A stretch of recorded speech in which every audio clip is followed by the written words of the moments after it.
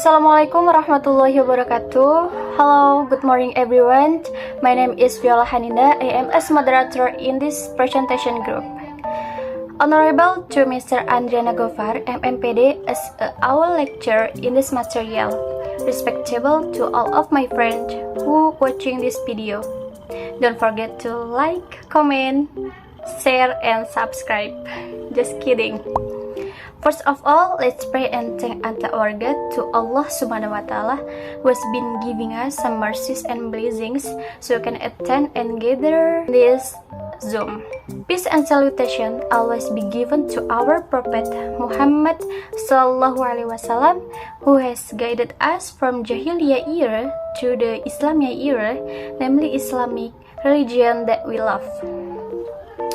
In this session, will be presented material about cultural orientation. Almost forgot.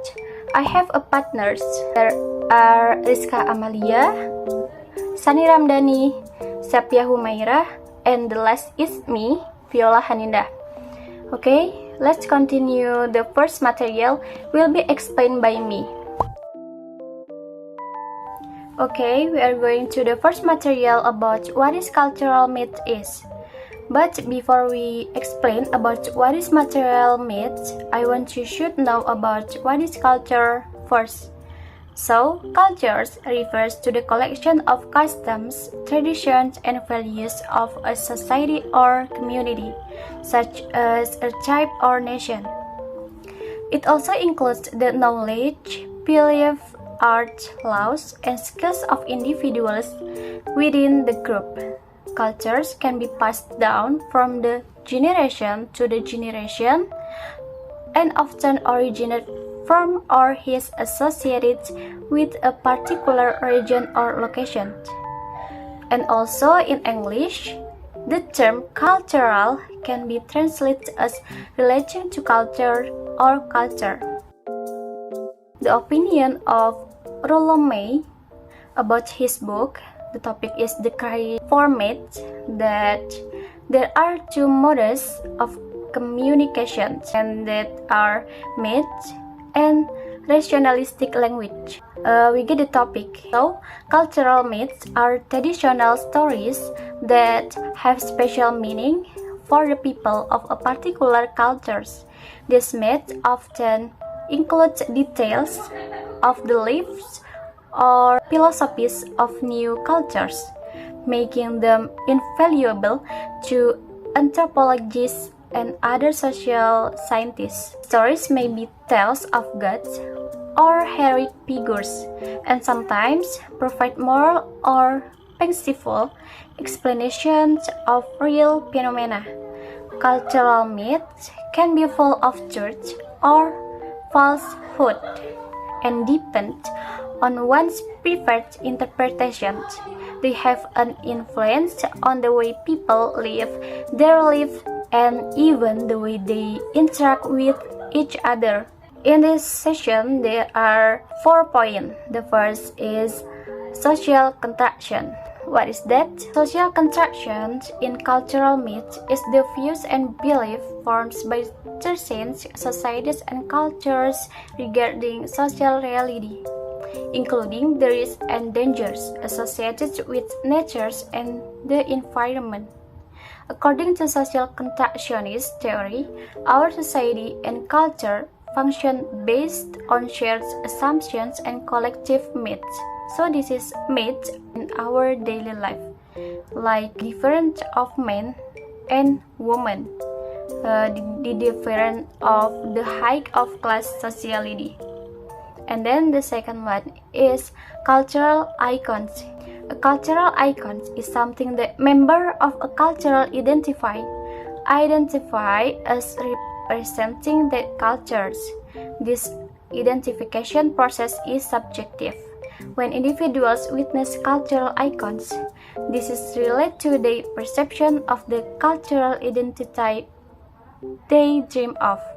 This is like we know about that country because there are the things that show the identity. Like in the Indonesia, there are Monas, and that is at Jakarta, right? And then In the Paris, there are Menara Eiffel. That is the name of icons. And then the third one, there is norms versus values. Values and norms are rules and habits that bound by cultures. Both are part of our imprint. But norms are practical rules that guide actual behavior, whereas value-laden beliefs are ideals that we allow to be overridden by more pragmatic rules. And then the last is example of national stereotypes are persistent and common belief about a particular group, a class of people, which can lead to prejudice and discrimination.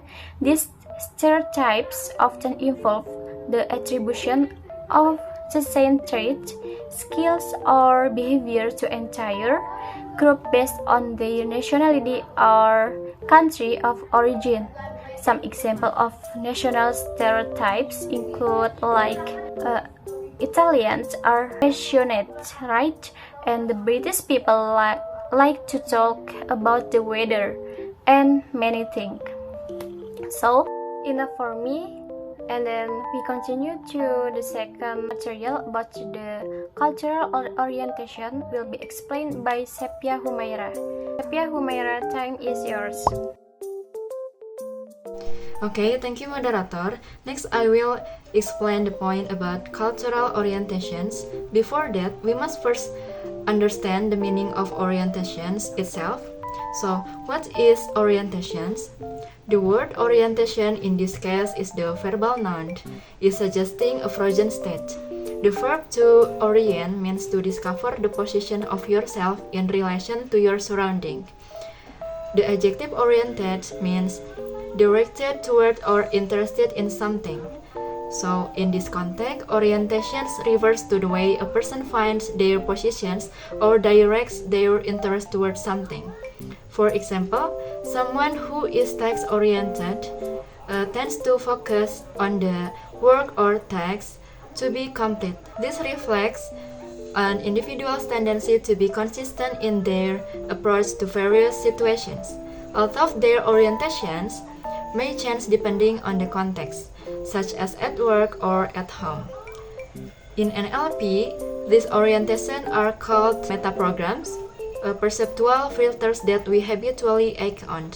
As O'Connor and Seymour say, metaprograms are thought patterns or perceptual filters that we apply automatically or repeatedly without much questions if they serve us well enough. They may remain the same across contexts, but few people are consistent in their habits, so metaprograms tend to change a context change. What catches our attention in a work environment may be different from what we notice at home. Next is an example description of orientation or perspective. First, take a look at the picture in there. What do you think about the picture? Maybe you simply call it triangle. Yes, that is also true, because people's perspective can be different. Well, here are some perspective or arguments that might occur from several people. So the first one is there are three separate shapes. The second is there are some triangles, one upside down in the picture. The third is there is a picture with two identical triangles and one upside down. And the last is there is a single picture of triangles. Okay, next slide. Okay, now that we know the meaning of orientations, so in here let's get into the cultural orientation point. A cultural orientation is shared metaprograms, a culture's tendency toward a particular way of perceiving. The orientations or metaprograms influence how reality is modeled, that is, which aspects are to be generalized, distorted, and deleted. A cluster or set the specific values will result in a certain orientations or away from particular way of perceiving, interpreting, and behaving a number of contexts. Florence Kluckhohn coined the term value orientations. For example, in cultures that highly value cooperation and group harmony, people tend to be cooperative and supportive of each other in various situations, including in the workplace or everyday life. In contrast, in culture that emphasize individuality and competitions, people may focus more on personal achievement and compete with each other in various contexts. This cultural orientation creates a pattern of understanding and behavior that is recognized and followed by members of society involved in the culture. In other words, these culture values and norms shape the way people think and act in their daily lives. Okay, we move into the next slide. Okay, Kluckhohn and Stortbeck suggest that there were 5 basic problems or concerns common to all human groups, and also mentioned 6 common human problems. In this context, the 5 fundamental issues may include aspects such as views on. The first one is what is the character of innate human behavior. The second is what is the relation of man to nature. The third is what is the temporal focus of human life. The fourth is what is the modality of human activity. And the last is what is the modality of man's relationship to other men. Meanwhile, the 6 problems, the conceptions of space is related to the way humans understand and give meaning to space, both in physical and social contexts.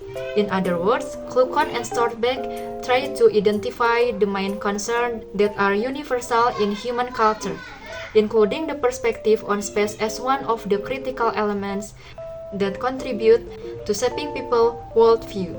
Okay, next slide.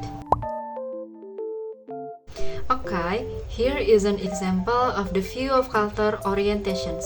Look at the table. The concern here, especially in the human nature sections, there is a question that what is the basic nature of people? So, let's look at the orientation column. That the orientation of the question is different depending on the context and perspective of humans. Here, especially in the orientation or perspective of a field, it says that people are basically bad and need to be controlled. People can be trusted. Then, in the mixed orientations, it says that there are both good and evil people in the world. You have to check people out. And the last, on the good orientations, it says that most people are good at heart, they are born good. So, that's one example of culture orientations where a questions or concern lead to a different way of understanding a culture. For the next example, it's like that too. Okay, we move to the next slide again. And then, here is an example of culture orientation in the national dimensions. Here, one of the dimensions is linear active. Then, the broad characteristics are plan, schedule, organize, pursue, action, change using Platonic, Cartesian logic. And this is an example of culture in Germany and Swiss, which apply culture orientation or habits that affect the perspective or orientations of several humans so that they will adapt according to the cultural context. Then the next example is the same too. Okay, will maybe enough from me. I will return to the moderator. Okay, thank you to Sepia Humaira. We go to the last material will be presented by Sani Ramdhani and Rizka Amalia. Time is yours. Okay, thank you, moderator. So here I want to explain about a taxonomy of orientation. In cultural context, refers to a systematic classification or categorization of different ways that cultures approach and perceive key aspects of life. Simply, it is a classification of something like naming, describing, and organizing things into groups based on similarities. Okay, the next is environment. So, in the context of cultural orientation, environment refers to how different cultures perceive and interact with their surroundings. It involves understanding whether a culture tends to believe in controlling the environment or sees the environment as exerting control over them. So there are 2 point environment. The first is controlling the environment. Some cultures exhibit an attitude of actively managing and influencing their surroundings. This is reflected in expression like the words just do it. And the next is environment exerting control. Conversely, some cultures perceive external factors or forces beyond their control affecting plans and outcomes. The next point is about time. We have to discuss is there are monochronic and polychronic time. In the context of cultural orientation, monochronic and polychronic time refer to different perspectives on time management within cultures. So, monochronic time, the characteristic views time as a strict schedule, prioritizing tasks over relationships. Adheres strictly to schedules and considers interrupting meetings invalid. The next is polychronic time. The characteristic is emphasize relationships and multitasking, where completing tasks aligns with relationship needs rather than rigid time constraints. And then in the next slide we have fixed and fluid and context of time. So fixed time and fluid time represent how societies approach punctuality and schedules. Fixed time cultures with a fixed time orientation highly value sticking to schedule. They prioritize punctuality and expect events and tasks to occur at specific times. For instance, Northern European and American cultures often follow this approach. And the next is fluid time. In contrast, cultures with a fluid time orientation are more flexible regarding schedules. They prioritize completing tasks over strictly adhering to specific time frames. Okay, in the next slide, we have past, present, and future. Of course, in the context of cultural orientation, perspective on past, present, and future refer to how different cultures view and prioritize these temporal dimensions. The first is past orientation. Cultures with a past orientation place value on tradition, history, and ancestry. Decision making is often influenced by past experiences and the preservation of cultural heritage. Many Asian and Middle Eastern culture is often use the past-oriented perspective. Next point is space in context of cultural orientation or the taxonomy of orientation. So in the context of cultural orientation, space refers how the people from different cultures perceive and navigate physical and personal space. This involves understanding how individuals interact with their surroundings and with each other in terms of physical proximity. And the last point is about power. So, in societies, power plays a role and it can be shown in different ways.